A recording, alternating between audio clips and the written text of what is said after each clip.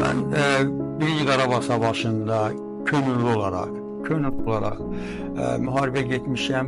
Əvvəlcə bir sıravi döyüşçü kimi olmuşam. Sonra döyüşlərdə bir elə situasiya yarandı.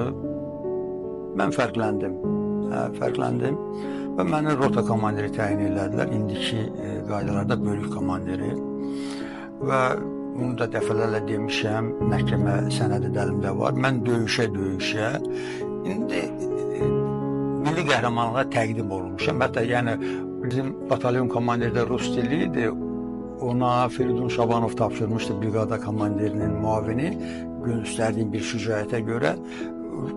O rusça yazmış, mən də onu öz dilimizə yazıb aparıb Tərtər şəhərində, o icra hakiminin qabağında Nəcməddin Sadıqovun qərargahı var idi. Orada İxtiyar adlı bir mayor ya polkovnik ona vermişim, bu da qeydə alıbdır. Sonra bir dəfə də belə, yəni 2 dəfə təqdim olunmuşam bu milli qəhrəmanlığa. Çünki onda başqa adlar da yox idi. Yəni sonralar o müxtəlif dərəcələr oldu.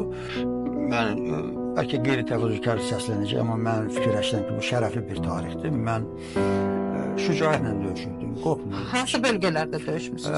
Bax, maraqlıdır və xatirəsinə sayılar, sizin qardaşınız oldu, orada şəhid olubdu. Mən su qovuşanda, yəni çox yerlərdə döyüşmüşəm, o cümlədən su qovuşanda deyim ki, çox qəribə bir talih yaşadım. Eşidirlər, bəlkə döyüşçü dostlarım da eşidir. Rasiyada məlumat verdilər ki, bəs o kəndin adı Madagiz idi onda. Rota komandirləri hamısı rasiyada eşidir ki, bilməm indi briqadadan kimsə dedi ki, bəs biz kifayət qədər o kəndə zərbə vurmuşuq, artilleriya zərbəsi vurmuşuq, amma hər halda kəndi girib almaq lazımdır. Kim gedə bilər? Yəni birincidə heç dedim, mən gedərəm. Yəni mənim rotamda belə.